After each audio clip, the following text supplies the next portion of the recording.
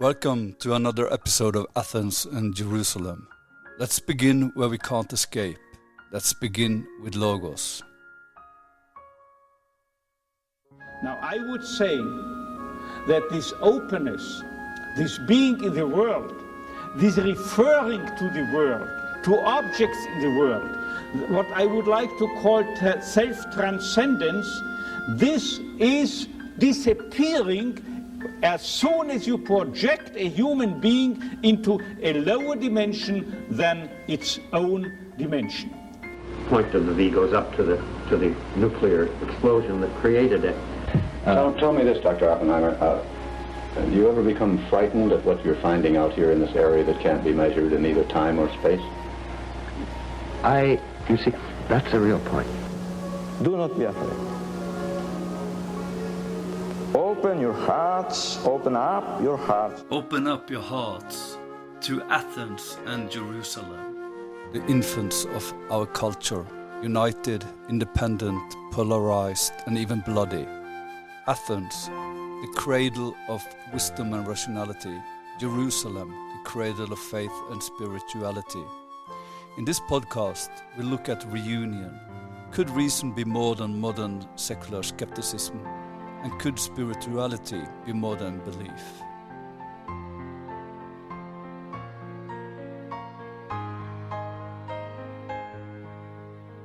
Welcome to another episode of the Athens and Jerusalem podcast.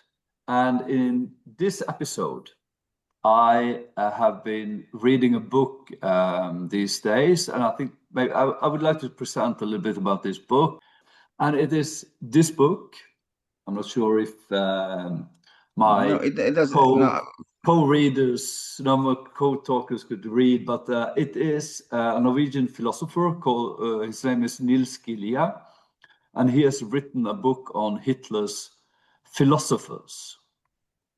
That means philosophers that was actually trying to prove national socialism or prove Hitler's way of thinking politics as something good. And of course, these philosophers, what I've been reading is mostly from the 30s, which means they are trying to support his ideas or decisions before the war. And of course, they didn't know what would come. But they were really like several of them. One of them, for instance, he was fighting in Berlin in 1945 and really proving that what he was saying was also what he was doing. Mm-hmm. Nils Gilje is he has read most of it in German language, but it's written in Norwegian. And I would just say that this book should be translated and given to a bigger audience because it's I think it's a very important book. Mm-hmm. It is very interesting, when you have thoughts that, wow, this is very similar to what myself is thinking sometimes, or others in our society is thinking. So what could be like the result of this? So maybe we could also try to bring in Christianity or religious thinking in this too. I would say a little bit, but more or less, the main what I read out of this is that they have a very strong understanding of what we could call cultural essentialism. That means that a culture is something that has something that is no one else have, that there are some essences, something that is only in this culture. And this is, of course, something we can still see that people are saying that, but he's different than I am because he comes from another culture. So this cultural essential thinking is still alive.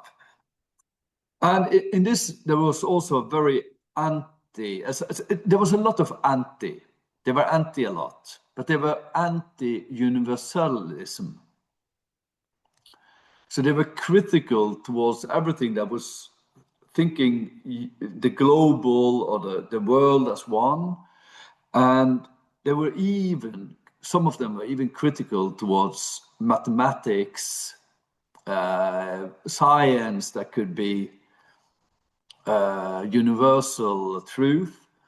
Or if this science could be universal truth, they would say that this is on a lower level than politics. Politics is on value level, and value level is more important than truth. This would be their, like, the way of saying this. But they were also anti-individualism. They were very critical towards this idea of that the state or the society was based on individuals. Or they were critical to liberalism, to capitalism, this way of competing in a society. Materialism, critical to. Technology, they were critical. And of course, democracy, they were critical towards. So all these, what they would call Western thoughts, were destroying the German thoughts. And the German thoughts were the philosophy thoughts, and the poems, the poets and the thinkers came from Germany, the spirit. But they were also critical towards theory. They were critical towards people that were speaking in theory, that was not focusing on real life, on what was really happening in society. So they were against all kind of ism. They were even against social Darwinism. We often think that they were focusing, they were believing in this, but they understood social Darwinism as capitalism, as a way of competing towards the best. And this was, several of them were really critical towards this. And they also had this understanding that the world was on crisis, and there was a need for revolution, for a new start. So a lot of them had what we would call conservative revolutionary thoughts, that we should go back to, even to a pre-Platonic or pre-Socratic way of thinking, where rationality had not been destroying human thinking. It might seem a little bit awkward but they like Heidegger, he believed that he was able to think without being connected to the Platonic Christian way of thinking that had been like existing for 2,500 years, more or less, or 2,400. And in this revolution, this revolution was even like a spiritual revolution. So it was like becoming more spiritual, and this was something different than Christianity. So there was an anti-Christian, anti-Platonic, anti-metaphysic revolution, and it was what they would call, maybe we could say that is a kind of decisionism. They would say that we should not try to build our society on ideas and make these ideas into reality. We should stay in the reality we live in, and then we should make decisions. So to make decisions was more important than to have ideas or theories. And of course, these ideas, some of them was connecting this thought to Nietzsche and this will to power. But as Nils Gilje shows, that this is really not Nietzsche. It is a very bad interpretation of Nietzsche that is connected to some of his leftovers writing, like Nachlassen writing of Nietzsche, but this is not really his main thoughts. And this is of course also some kind of an aesthetical perspective on politics, that politics should be more aesthetical and also an anti-enlightenment thinking. So this was like my main thoughts based on what I've read. I haven't finished yet, unfortunately. So what is your comments on what I have been presenting? Very interesting. And I think in many ways, very similar to what's happening today in the world. And it's interesting that I think sort of ideological and ethical voices in politics have become ever weaker. And I mean, this was already decades ago that this concept of realpolitik was sort of the term was coined, that politics is about sort of pragmatic endeavor in existing realities rather than trying to pursue some sort of ideology. And we have seen that there have been kind of political here in Scandinavia, for instance. There have been sort of political compromises taken place between parties that I think just even a few years ago would have not been imaginable. And then on the other hand, we see, you talked about that they said that, that those philosophers were against any kind of a global or sort of comprehensive ideology. And I think that not so much politicians only, but I mean, today's social scientists are against any kind of a, grand story of any kind, because they always, the only way they can see it is that it becomes a tool for hegemony and some sort of, one truth only kind of thinking. So it's interesting that I think we live in a world where we have maybe a greater need for integrating different perspectives. In fact, this is what this podcast is also about, isn't it? I mean, integrating Athens and Jerusalem. But at the same time, while this need is very obvious, but I think that both from political and philosophical directions, there's a great resistance towards it, both for pragmatic and power reasons, but also because we are afraid of repeating past mistakes. Just a comment, Cameron, before Stephen get the word, because I believe that this idea of decisionism or will to power is also a kind of ideology. That I think many of these theoretical perspectives are losing their own understanding of where am I in this when I'm like thinking these thoughts. Yeah. And especially those who were criticizing metaphysical thinking, I think was maybe the most metaphysical of them all, but are very like atheistic or because some of them were like very atheistic, but like Heidegger, he was dreaming of a new God.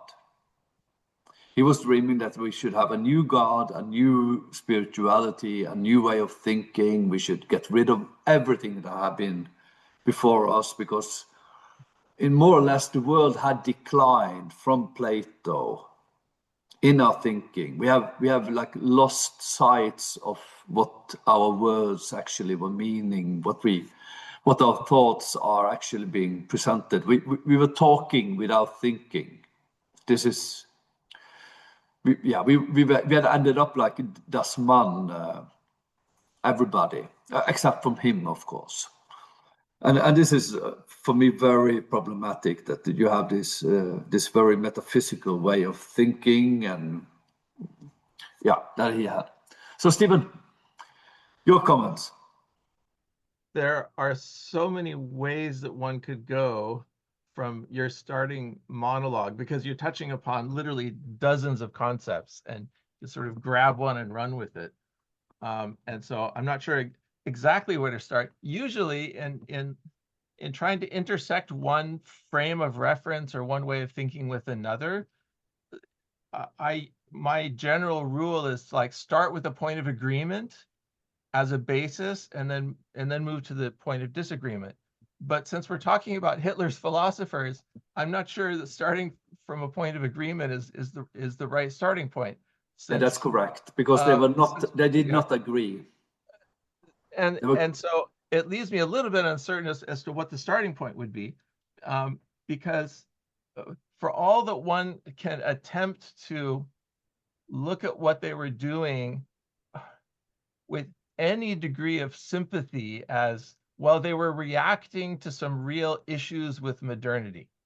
I mean, you can start from that perspective, that they were reacting to maybe a perceived dehumanization brought on by materialistic capitalist culture. They were reacting to a perceived loss of culture, loss of who we are as a people. All of these sorts of things as they did many people around the world, created a sense of, well, what's the ground beneath our feet? And so as a kind of reaction against this encroaching modernity, which like a kind of acid is dissolving, the foundations upon which people place their identity, one can try to at least understand, but never justify this attempt at retreating into something like cultural essentialism, something like, well, let's go back, let's find where that fork in the road happened that led modern civilization into this wrong place of materialism and capitalism and overemphasis on individualism and all of that. And maybe we can locate that in some distant past. Nietzsche famously went back to the Dionysian, as a kind of against the Apollonian, the let's go back to the pre-rational, because somehow things were better before this age of reason hit, and before the Enlightenment.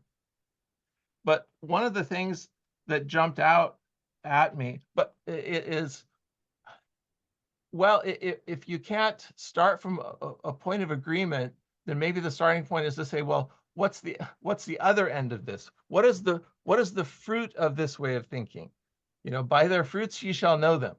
And if the fruit of this way of thinking is what Nazism produced, then we know it's rotten to the core. So where is that rot located? And I think it can be located, or one way of investigating where this rot can be located was the starting point in your monologue, which is cultural essentialism. And this idea, if I could expand on it, not knowing anything about it technically, this idea that a culture has a kind of DNA, just as a person has a DNA which is not changeable, and that distinguishes one person from another. And in some objective sense, you can say, well, this set of DNA is better than that set of DNA, along certain axes. This DNA produces a taller person than that DNA. This DNA produces a smarter person than that DNA. This DNA produces a healthier or more long-lived person than that DNA. Extending that idea to cultures, I think, is what I would identify as like the original sin of this way of thinking. Because when you believe that one culture is intrinsically superior to another culture, it has a kind of cultural DNA that gives it that edge. And if you add to it, and it was interesting to me that you mentioned that they denied being social Darwinists, because that seems to me that social Darwinism is really baked into this way of thinking, whether or not they admit it. It seems to me a little bit inconsistent if they went along this path, which led to the gas chambers of Auschwitz, without also believing fundamentally in some sort of social Darwinistic way of thinking, that a culture is so intrinsically superior to another, a people, a race can be so intrinsically superior to another that it justifies elimination of an inferior race. I don't see how you can get there without, whether you call it that or not, without this idea of essentialism brought to the level of culture. So if that's if that's the original sin, if that's something that we reject as false, then I guess the next question would be, well, what is the correct way, or a more correct way of thinking about humanity? If it's not this, if it's not cultural essentialism, then what is it? Are we going to go to the other extreme and say cultures don't have an essence, everything is totally fluid, we can reinvent ourselves from one generation to the next? The whole idea of culture is just a kind of metaphysical construct that we've generated, and really it's just what we call culture is just an emergent behavior of many individuals acting under their own, with their own motives. Could I try to explain how they thought about social Darwinism? Yeah. Because they would say that this was not a question about essence in this understanding of nature, that we are by nature something superior to somebody else, because that would be a biological argument. And they would say that biological argument is not like this, because maybe it was because these were philosophers, because there were, of course, phrenologue thinkers in biology that would say that there are natural or essential biological differences between different races. So the philosophical argument would say that this is not about biology, it is essentially about values. And we are just valuing our culture as a better culture than anybody else's culture, and we want to fight for ourselves. This is like, so it's more like, they're just saying that politics is politics. Maybe they were focused, I don't know if Carl Schmitt was, he's not mentioned in this book, but because he was a jurist actually, but he was also into this focusing on like an aesthetical politics. And he would say that politics is the difference between a friend and enemy. And every time you're discussing politics, you will always have a distinction between friend and enemy, and which means that in the second you are discussing something or have values on a political level, there will be a us against them. So this was, I think, is the way they're arguing. I would like to, if possible, to connect all of this more to our current times, because I think there are important sort of connections here, and it would seem to me that that there's sort of a universal psychological phenomenon behind this. What I mean is that I think that we human beings have, because our history up until 200 years ago approximately was one of very, very slow and small changes. So I think we are sort of, our brains are sort of programmed to see stability, to see the status quo as a position of security, and happens. And then when and we are willing to make certain changes, like certain modernizations that may make life a bit more comfortable, but within limits. And then when we are faced with changes that seem to be out of our control, then as Stephen was pointing out, I mean, we easily want to retract to the golden past, which of course wasn't golden, it's just past, but it seems so golden. And I see that, this is now what is happening very much all around the world, both in the East and the West, that because the present time seems quite chaotic, and it's very difficult to have any kind of hopeful visions of the future. So there are more and more political parties and ideologies that are trying to sort of attract people to go back to, when some country was great, or when Sweden was Swedish, and when we didn't have all these non sort of domestic elements that have obviously. So I think this is one thing. The other thing is that when we feel this insecurity, aside from wanting to go back, we want to find some sort of a scapegoat. Whose fault is this? Because it's definitely not my fault. And then we end up in this situation where I think this sort of cultural essentialism becomes very important. So it's the Muslims that have really, ruined the Western world. Or for the Muslims, it's these Western imperialists that have, destroyed the world. And we seem to completely lose sight of the fact that, that European or Western countries have lots of problems even without Muslims, and then the Muslim world has lots of internal problems even if there were no non-Muslims. So I think that these issues are very much topical in today's world, and I think we need to really see what is the way forward. And I think especially since we seem to be at a very unique, transformative point in our human history, then that's why I think it's difficult to find sort of models to follow from the past. I mean, this is quite a sort of a unique situation.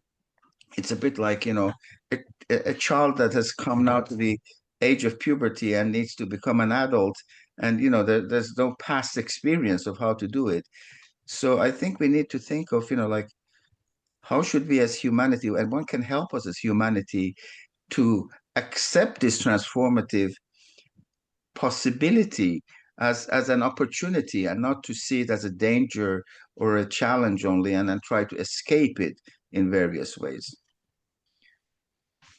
Maybe one way of going forward is, as the starting point, understanding that much of what is happening that's truly evil in the world today can be understood, not justified, but can be understood as a kind of reaction to the last few centuries of growing uncertainty as a result of things like the Enlightenment and the scientific revolution that have vastly expanded our understanding of the physical world, and that have led to an erosion of many sacredly held, thought, unchangeable, sacred ways of looking at the world.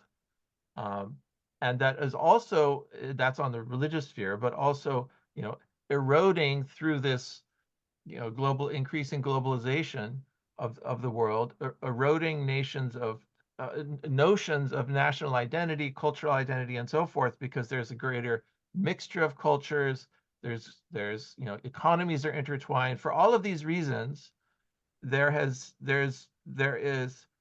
great things, and one can look at this, read Steven Pinker and come away with a very rosy picture of this, that look, lifespans are increasing, overall wealth is increasing, overall well-being is increasing. Hey, what's not to like about the last few centuries of progress, capital P progress, but at the same time, some are being left behind. And part of understanding what's going on now is understanding that large numbers of people are left behind by this. And it's natural in a way to retreat to these cultural, racial, national, religious, you name it, identitarian boundaries as a kind of, anyway, I'm just restating what you just said. But maybe then what needs to be done is understand that, just as in, I'll bring an astronomical reference. I mean, what we're fighting against is gravity. You know, the pull of gravity is bringing you to that core of where are you comfortable? You know, where did you grow up? What did your parents tell you? You know, what the surroundings that you grew up with as a child are most comfortable to you. And so there's a kind of natural gravitational pull of cultural and identity, which is of a more local nature. And it's kind of like planets. You know, if you're in our solar system, there's a lot of different planets in our solar system, and you can be, you know, captured by the gravitational well of all these different planets, and that's like the different cultures, you know, around the world. And what we need to do is escape the gravitational well of individual planets into a larger, deeper gravitational well that we all share, which is the gravitational well of the sun itself. But how do we escape that gravitational pull of the individual planets to a deeper gravitational well? And to shift my language on this, how do we escape our identitarian ways of thinking and move into a way of thinking which is more global, which sees humanity as one family, which sees, you know, us working towards one world civilization as opposed to many individual local civilizations? To do that, I think, requires a kind of new vision that we're not seeing on the world stage right now. It requires a kind of spark of something that maybe can't be rationally constructed, because you can argue till the cows come home about the oneness of the human race on the basis of, say, our genetic identity, the basis of so many physical facts that humanity is one, but that's not going to convince people in the way that really counts. It really requires a heart level understanding to escape these individual gravitational pulls, to get to a more, I don't know, universal picture of human identity. And where is that going to come from? You know, I don't think it's going to come from the scientists as much as, you know, as much as science is incredibly expanding our horizons and improving human life in so many different ways. It's the poets and the prophets. Yeah. And I have to, Stephen, to interrupt you there, because it's very funny that you say that the poets and the prophets. Prophets, yes. Yes. Because you sound, in many ways, you sound like Heidegger in a universal level, that you are like you are in a global level.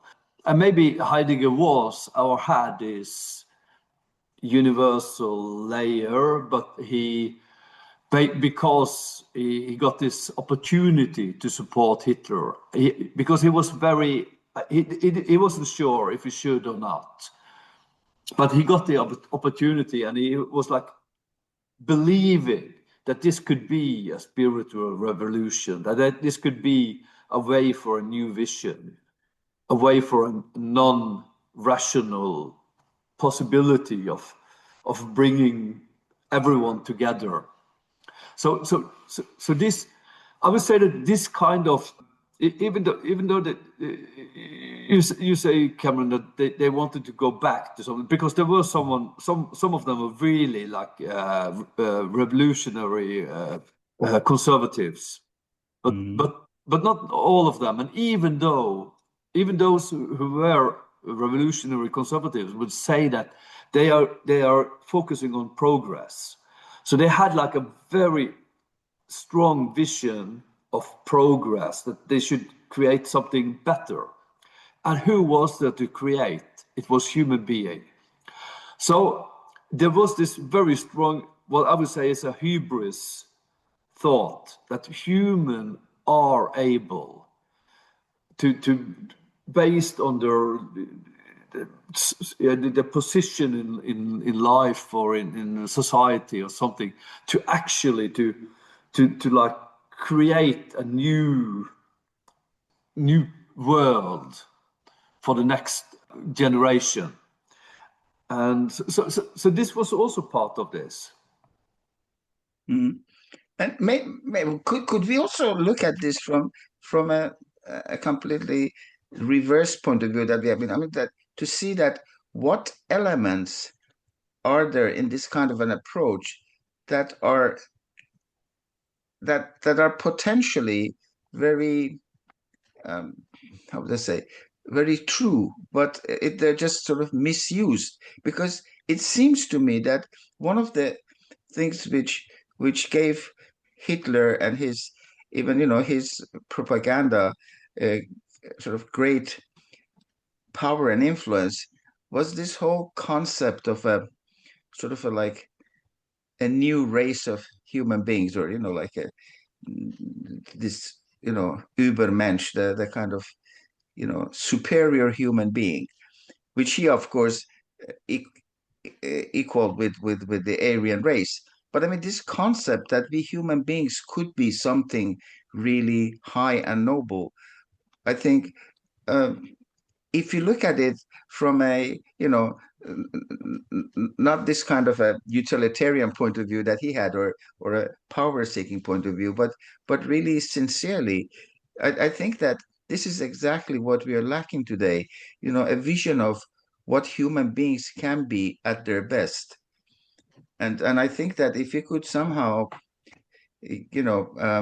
sort of create this idea of a new race of men, but in terms of what Stephen was pointing out, a race of men that that realize their essential unity, and that want to promote justice, and who can value diversity and so forth. Then I think this is the kind of thing that, and I would say that, especially in educational context to which our program is sort of linked, I think this is where we need to really bring Athens and Jerusalem together, and help young people through the many means that are now available to us to connect globally, to find out and to discuss, what is that new human ideal that we can both individually and collectively reach, which has nothing to do with the old ideas of power and domination, and who's the childhood ideas of whose dad is the strongest one, or things like that, but ideas of how we can truly create a new world. As much as I hate to slip into a dualistic mode of thinking, because I tend, at least on a metaphysical level, I feel like dualism is probably not the best way of describing the world. It can be a very useful way of thinking about many things, and I think one way to think about where we are now and where we need to be is the difference between facts and stories. I was in a museum in Helsinki a few years ago, and there was an exhibit, took a whole room of just showing a preacher. It was the most powerful thing. This was in English. It was a preacher preaching in English, and he said a few things that struck me very deeply. And it can all be summarized in one sentence. He said, the fact is that we are not equal. The truth is that we are all one.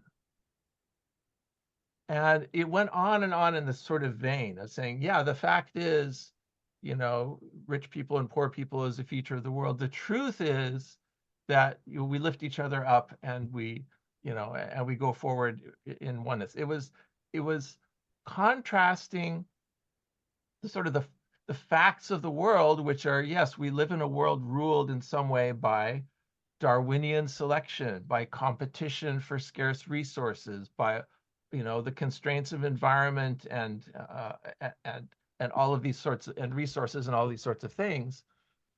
And you can focus on the facts and forget the truths. And if you focus on the facts, you get to where, I hear some of the politicians in my country saying things like, what we're doing is we're just, this is just realpolitik. We're looking at the world as it really is. and we're moving on that basis. And we no longer have these stars in our eyes about how we think the world ought to be, and we don't have these visions of globalization, all that. No, we're looking at the facts on the ground, and we're dealing with those facts, which is, I think, a fatal error, because it's the stories that get us to the next stage, not the facts. Yes, the fact is that there is inequality. The truth is that we're one, and the truth is the story. And I'm using the word story it's an inadequate word, because story is also the sacred story. It's the great mythologies of the world. It's every religious system, which is a sacred story. It tells us how we ought to be, in spite of the way things are. That was also a beautiful message from Hadestown, a recent Broadway play based on the story of Orpheus. And they summed up, what is Orpheus doing? He's helping to bring the spring by inventing a new song. And this new song is going to bring Persephone out of Hades by convincing Hades. All of this, but towards the beginning of the play, there's this key phrase. It says and I can only paraphrase it. Basically, he helped us to see how things could be in spite of the way things are, and that's the power of the song. That's the power of the poet and of the prophet, is that they tell the story that enough people can be moved by, that it actually changes the facts on the ground. So that the thing that ultimately becomes the new fact was yesterday's story. So, but if we think in terms of, well, we're just dealing with the facts here, that's the direction of chaos and war, and ultimately eliminating those whose facts or whose culture is inferior to yours. What we really need is a new story for humanity.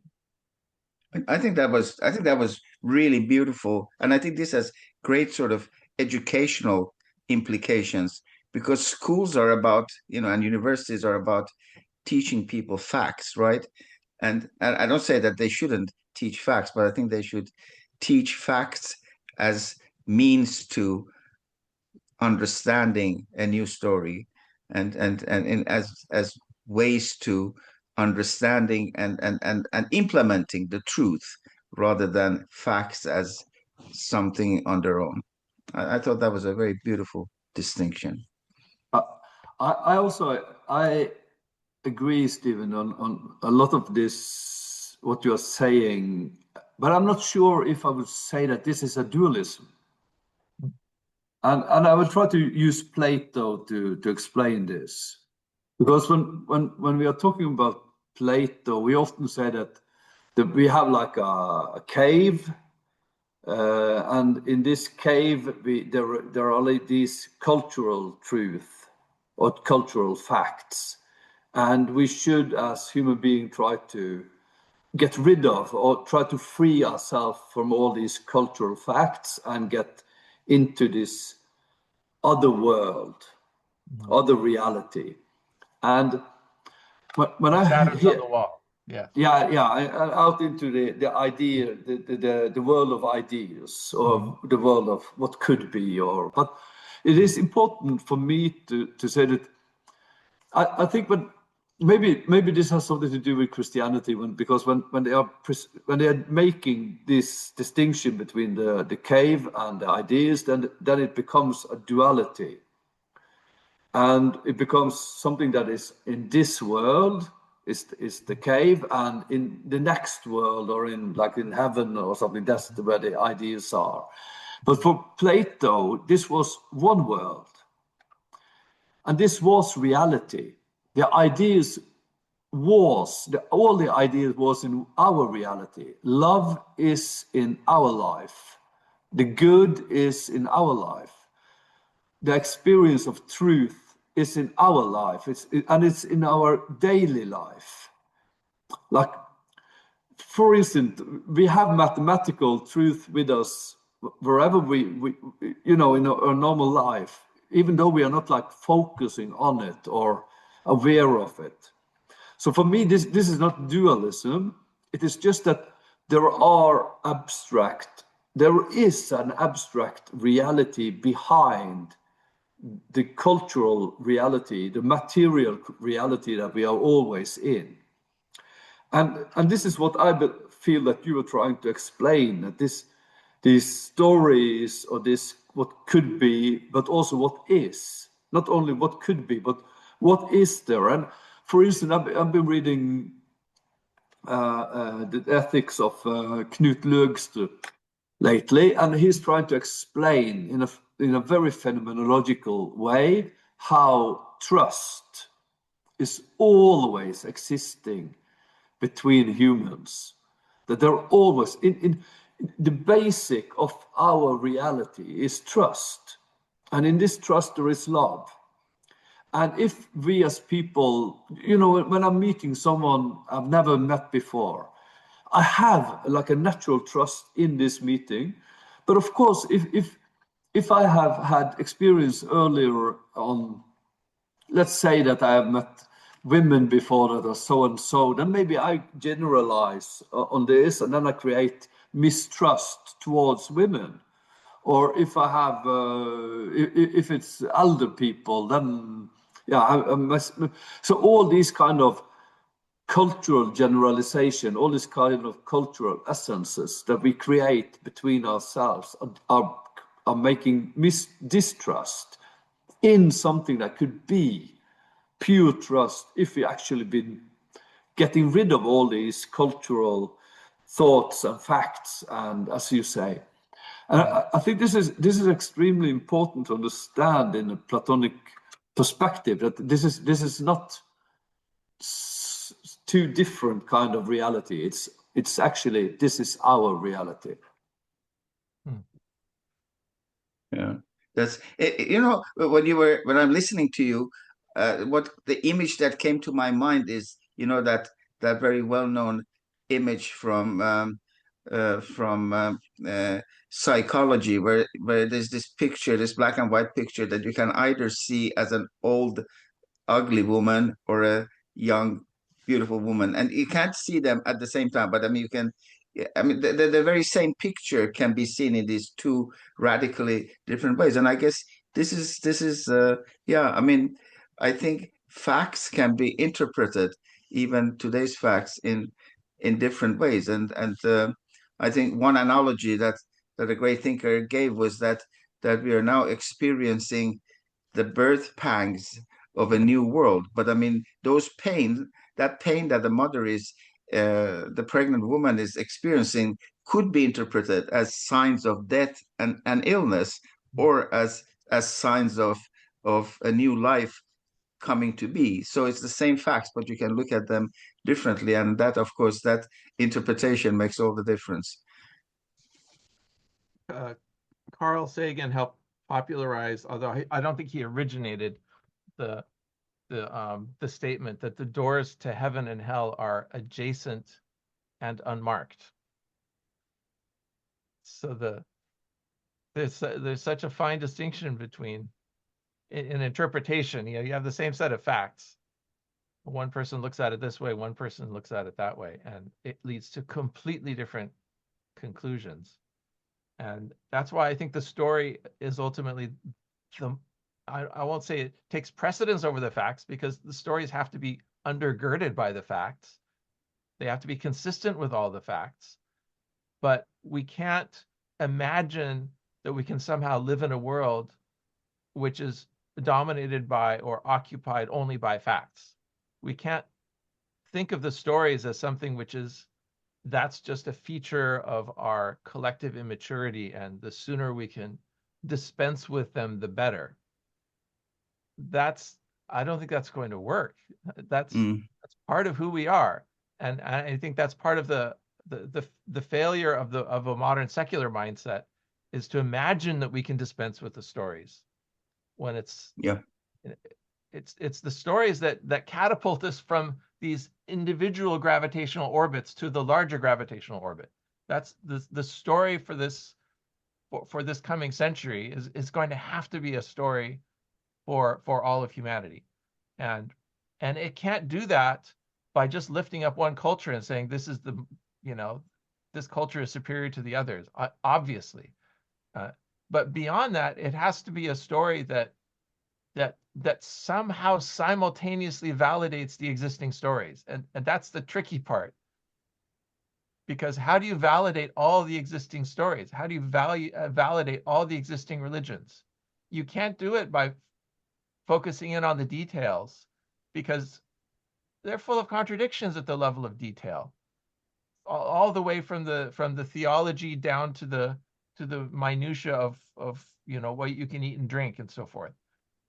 And so the commonality which has to be drawn out to form this larger story is the thing that has to be identified. And I think that's the music. That's the dimension of the music of the thing.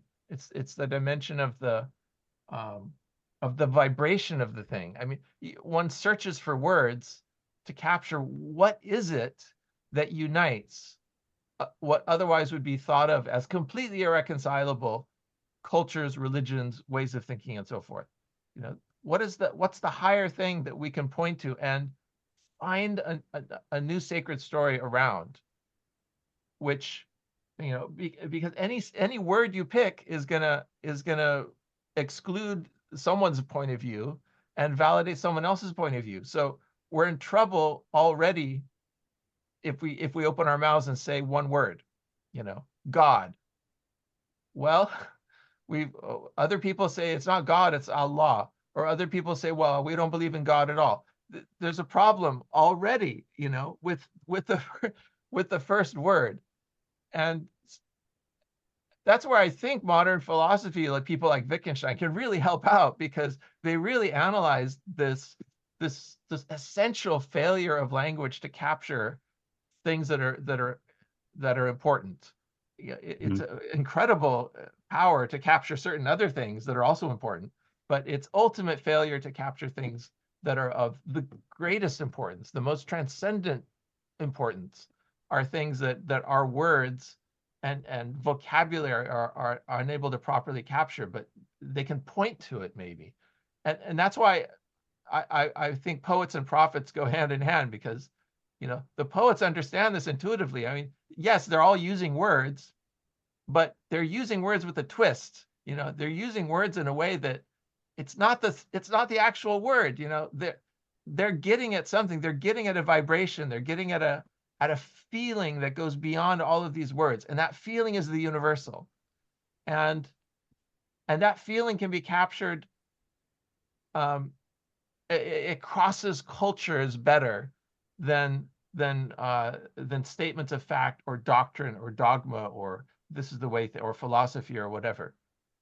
It's the music of the spheres is best always been best captured by the poets and the prophets. Maybe one thing that also prophets and poets have in common is that, and I think something that helps us to find this grand story, is that actually both poets and prophets throughout the ages have had this vision of a day far ahead in human history, when finally human beings will actually unite, that the world will become a place of justice, of brotherhood, where in the words of the Jewish prophets, where the lamb and the lion can lie by each other's side, and also a vision that the Persian poet Sa'di had about seeing the whole humanity as one human body. So I think this sort of vision has been there, and maybe this is very much the kind of vision that you were talking about, Stephen, earlier on. And maybe to sort of wrap this up in bringing it in connection to the theme of our podcast, I think we could maybe say that the coming together of, and the necessity of the coming together of Athens and Jerusalem is exactly in the fact that that our facts and our scientific formulations, without that unifying grand story, are of little use and can actually turn against us. But also, the grand story needs to be verifiable by the scientific facts so that it doesn't become a grand story of fanaticism. So maybe this is where we need to really today find the strength of bringing together Athens and Jerusalem to have a grand story that unites us, but is also factual. Maybe we should end there, because I think this is a good ending, but I need to have two, don't make us to agree too much. And the first thing is that the Heidegger, he says that the poems and the thinkers are the only one that can, and then he used this special word, but we could in a way say that they can create reality. So he's saying in many ways the same that we say. So I'm not sure if he understood Hitler as a poet or a thinker, but maybe a thinker in the way that he wasn't focusing on rationality as a thinker, but more like a doer, one that was able to have to take decisions when decisions should be made. And the other one is that in education, and especially in the Norwegian education system, we have a discussion nowadays about the curriculum. And in the curriculum, one of the questions is, of course, about to have a cultural canon, that we should have something that combines the Norwegian society as a society. Do we need something in our curriculum?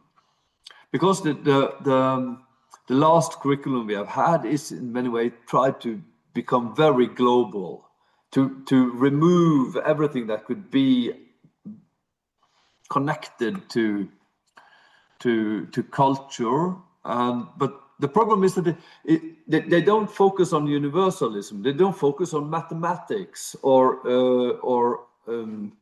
philosophy that tries to bring in truth and universal thoughts. They are focusing on competences in human being.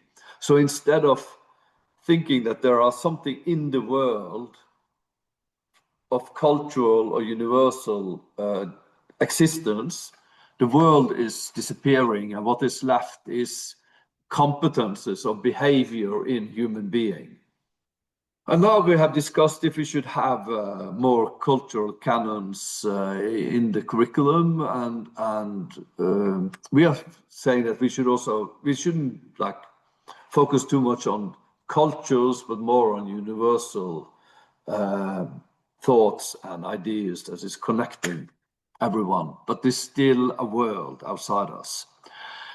But maybe we need something cultural also, that we need some kind of glue in the local society to keep it together.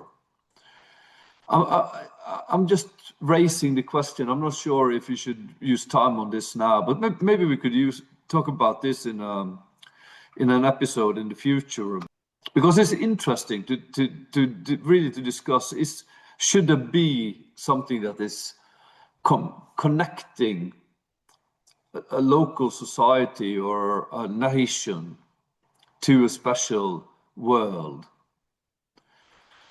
Is this possible without being in competition with other nations and then we end up in competition again.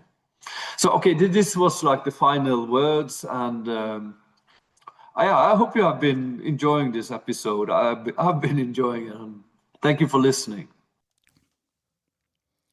You have been listening to Athens and Jerusalem, created by Cameron Namdar, Stephen Phelps, and Knut Ove Essay. Nora Juel is the broadcast voice and technical support. Music is pieces of Edvard Grieg's Morning Mood. The voices in the intro are Viktor Frankl, interview with Robert Oppenheimer, and Pope John Paul II. Thank you for listening, and please check out another episode.